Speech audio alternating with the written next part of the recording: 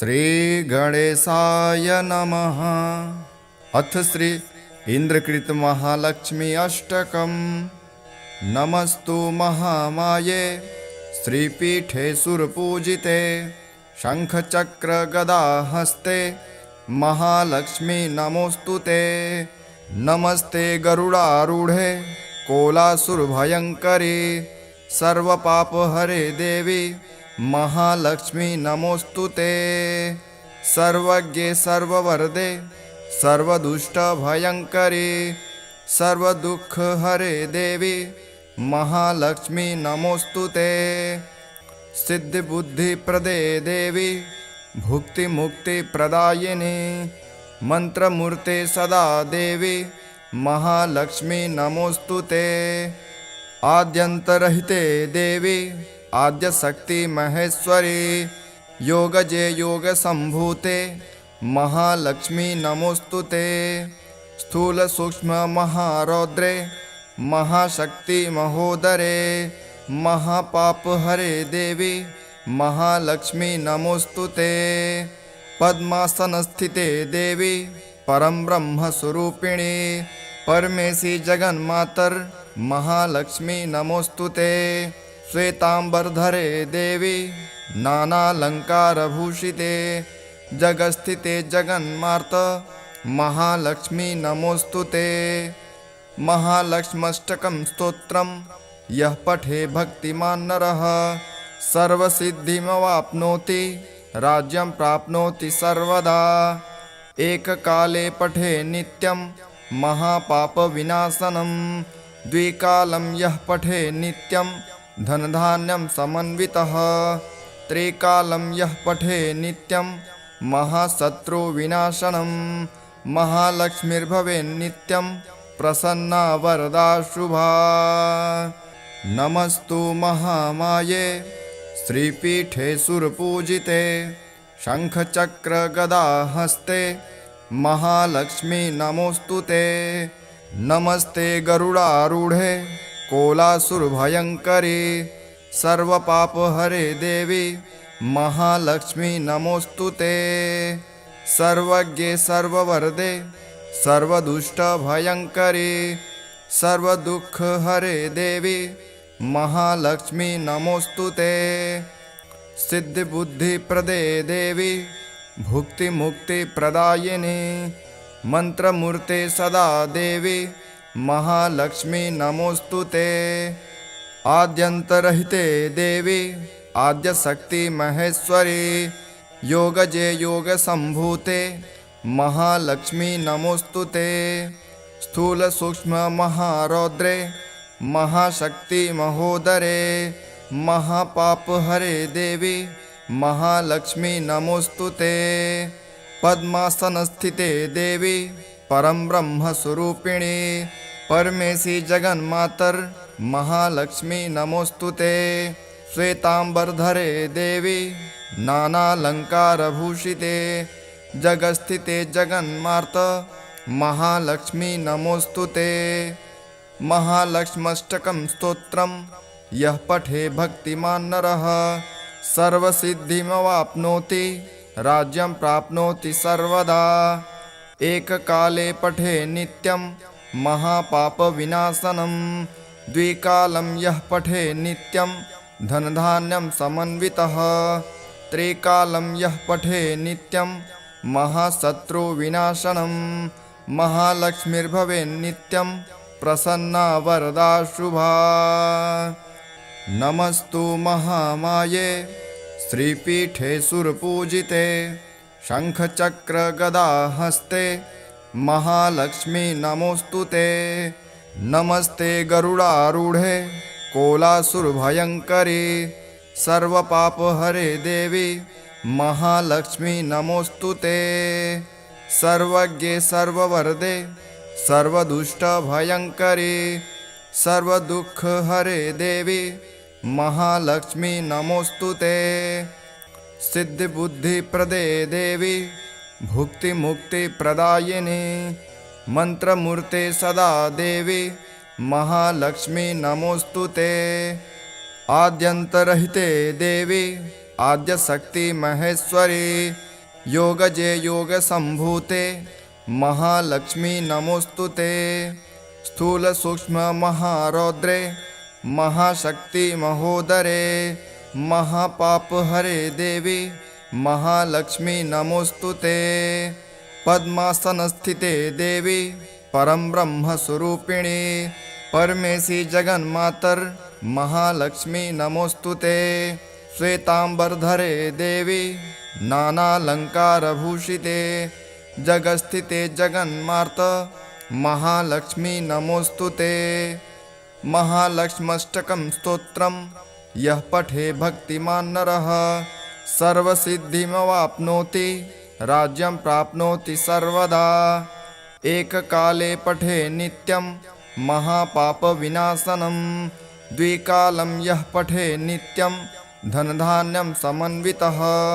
त्रिकालं यः पठे नित्यं महाशत्रुविनाशनं महालक्ष्मीर्भवेन्नित्यं प्रसन्ना वरदा शुभा। नमस्तु महामाये श्रीपीठे सुरपूजिते शङ्खचक्रगदाहस्ते महालक्ष्मी नमोस्तुते। नमस्ते गरुडारूढे कोलासुरभयङ्करी सर्वपापहरे देवी महालक्ष्मी नमोस्तुते। सर्वज्ञे सर्ववरदे सर्वदुष्टभयङ्करी सर्वदुःखहरे देवी महालक्ष्मी नमोस्तुते। सिद्धिबुद्धिप्रदे देवी भुक्तिमुक्तिप्रदायिनी मंत्रमूर्ते सदा देवी महालक्ष्मी नमोस्तुते। आद्यन्तरहिते देवी आद्यशक्ति महेश्वरी योगजे योगसम्भूते महालक्ष्मी नमोस्तुते। स्थूलसूक्ष्ममहारौद्रे महाशक्ति महोदरे महापापहरे देवी महालक्ष्मी नमोस्तुते। पद्मासनस्थिते देवी परम ब्रह्मस्वरूपिणी परमेशी जगन्मातर महालक्ष्मी नमोस्तुते। श्वेतांबरधरे देवी नानालंकारभूषिते जगस्थिते जगन्मार्त महालक्ष्मी नमोस्तुते। महालक्ष्म्यष्टकं स्तोत्रं यः पठे भक्तिमान् नरः सर्वसिद्धिमवाप्नोति राज्यं प्राप्नोति सर्वदा। एककाले पठे नित्यं महापापविनाशनं द्विकालं यः पठे नित्यं धनधान्यं समन्वितः। त्रिकालं यः पठे नित्यं महाशत्रुविनाशनं महालक्ष्मीर्भवेन्नित्यं प्रसन्ना वरदा शुभा। नमस्तु महामाये श्रीपीठे सुरपूजिते शङ्खचक्रगदाहस्ते महालक्ष्मी नमोस्तुते।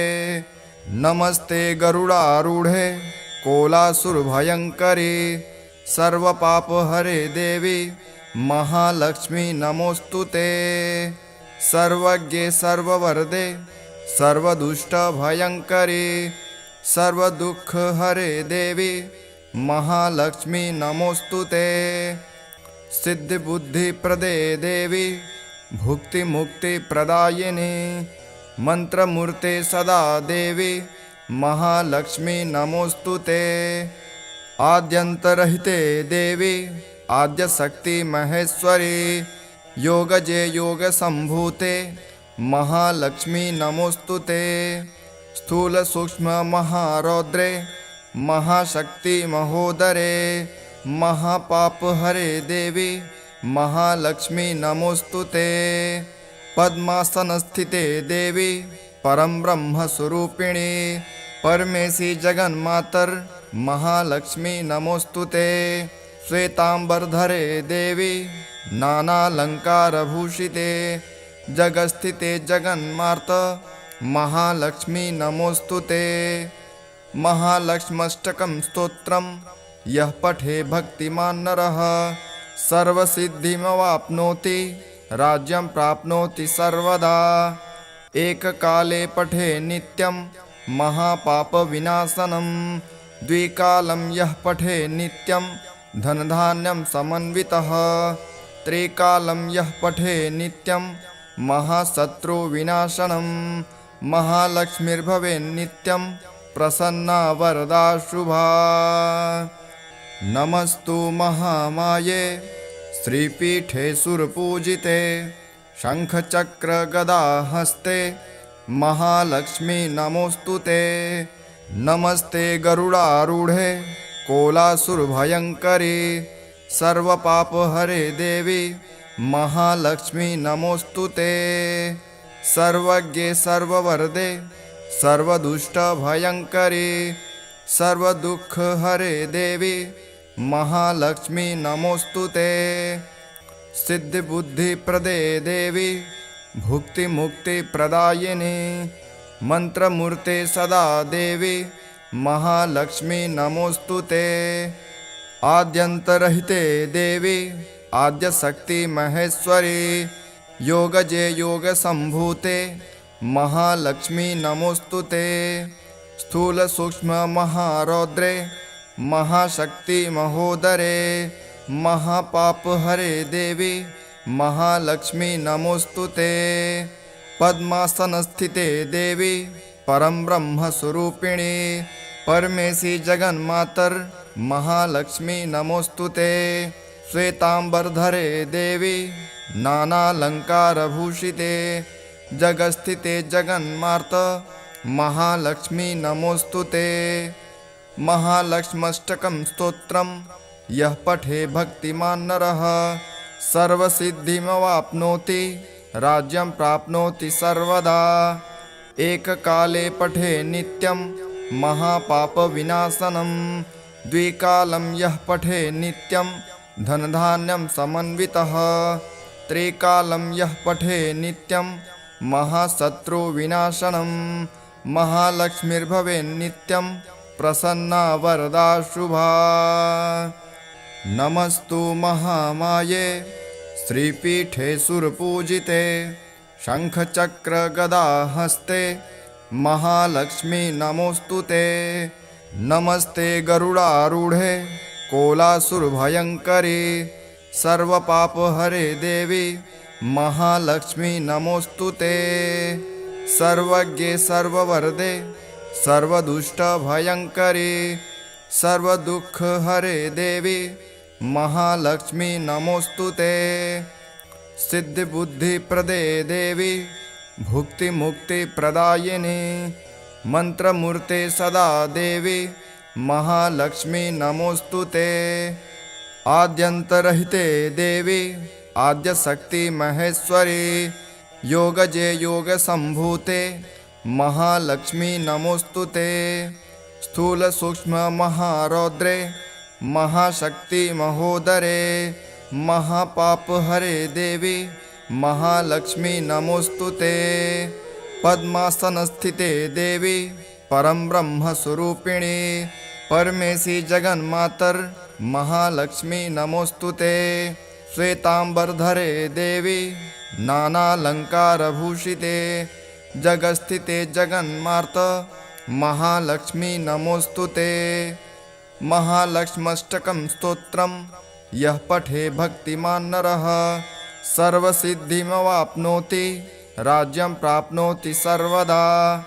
एककाले पठे नित्यं महापापविनाशनं द्विकालं यः पठे नित्यं धनधान्यं समन्वितः त्रिकालं यः पठे नित्यं महाशत्रुविनाशनं महालक्ष्मीर्भवेन्नित्यं प्रसन्ना वरदा शुभा। नमस्तु महामाये श्रीपीठे सुरपूजिते शङ्खचक्रगदाहस्ते महालक्ष्मी नमोऽस्तुते। नमस्ते गरुडारूढे कोलासुरभयङ्करी सर्वपापहरे देवी महालक्ष्मी नमोऽस्तुते।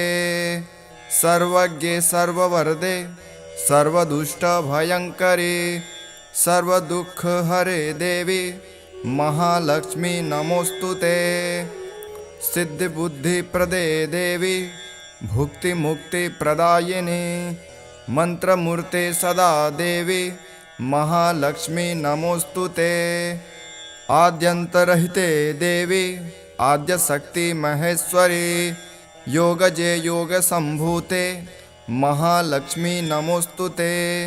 स्थूल सूक्ष्म महारौद्रे महाशक्ति महोदरे महापापहरे देवी महालक्ष्मी नमोऽस्तु ते। पद्मासनस्थिते देवी परं ब्रह्मस्वरूपिणी परमेशी जगन्मातर महालक्ष्मी नमोऽस्तु ते। श्वेतांबरधरे देवी नानालंकारभूषिते जगस्थिते जगन्मार्त महालक्ष्मी नमोऽस्तु ते।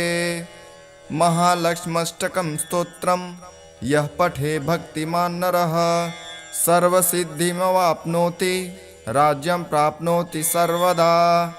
एककाले पठे नित्यं महापापविनाशनं द्विकालं यः पठे नित्यं धनधान्यं समन्वितः। त्रिकालं यः पठे नित्यं महाशत्रुविनाशनं महालक्ष्मीर्भवेन्नित्यं प्रसन्ना वरदा शुभा। नमस्तु महामाये श्रीपीठे सुरपूजिते शङ्खचक्रगदाहस्ते महालक्ष्मी नमोऽस्तु ते। नमस्ते गरुडारूढे कोलासुरभयङ्करी सर्वपापहरे देवी महालक्ष्मी नमोऽस्तु ते। सर्वज्ञे सर्ववरदे सर्वदुष्टभयङ्करी सर्वदुःखहरे देवी महालक्ष्मी नमोऽस्तु ते। सिद्धिबुद्धिप्रदे देवी भुक्तिमुक्तिप्रदायिनी मंत्रमूर्ते सदा देवी महालक्ष्मी नमोऽस्तु ते। आद्यन्तरहिते देवी आद्यशक्ति महेश्वरी योगजे योगसम्भूते महालक्ष्मी नमोऽस्तु ते। स्थूल सूक्ष्म महारौद्रे महाशक्ति महोदरे महापापहरे देवी महालक्ष्मी नमोऽस्तु ते। पद्मासनस्थिते देवी परं ब्रह्मस्वरूपिणी परमेशी जगन्मातर महालक्ष्मी नमोऽस्तु ते। श्वेतांबरधरे देवी नानालंकारभूषिते जगस्थिते जगन्मार्त महालक्ष्मी नमोऽस्तु ते। महालक्ष्म्यष्टकं स्तोत्रं यः पठे भक्तिमान् नरः सर्वसिद्धिमवाप्नोति राज्यं प्राप्नोति सर्वदा।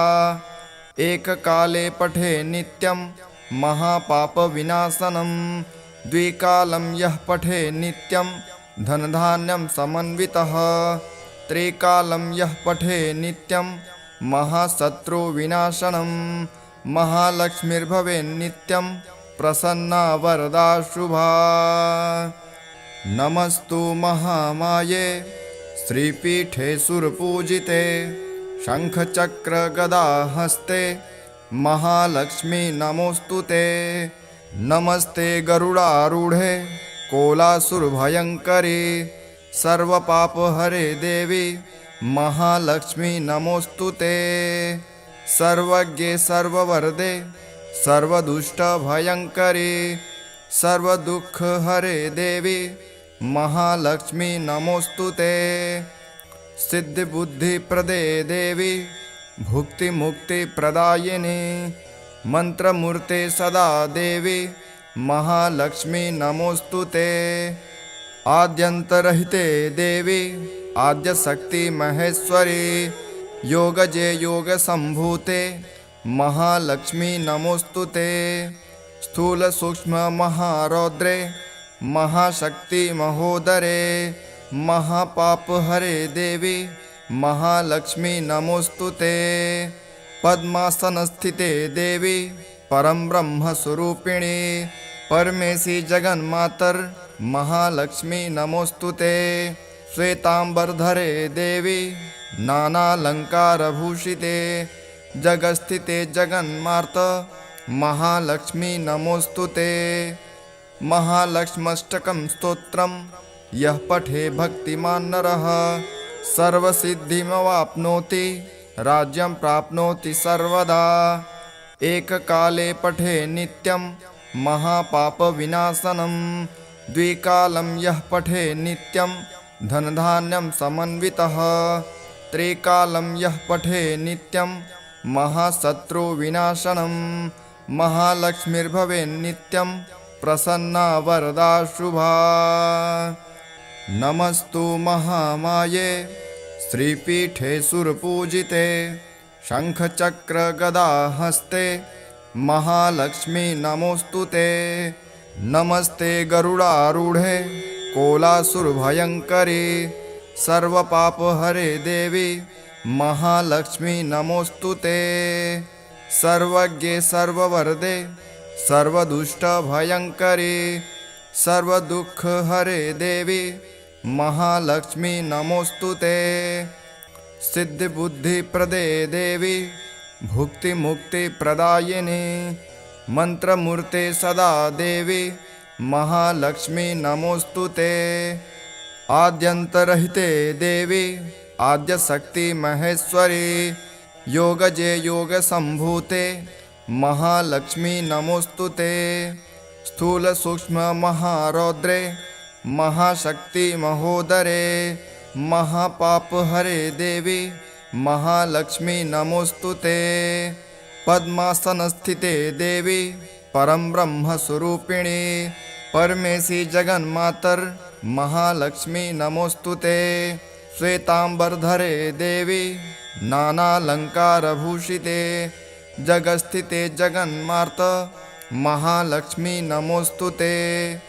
महालक्ष्म्यष्टकं स्तोत्रं यः पठे भक्तिमान् नरः सर्वसिद्धिमवाप्नोति राज्यं प्राप्नोति सर्वदा। एककाले पठे नित्यं महापापविनाशनं द्विकालं यः पठे नित्यं धनधान्यं समन्वितः त्रिकालं यः पठे नित्यं महाशत्रुविनाशनं महालक्ष्मीर्भवेन्नित्यं प्रसन्ना वरदा शुभा।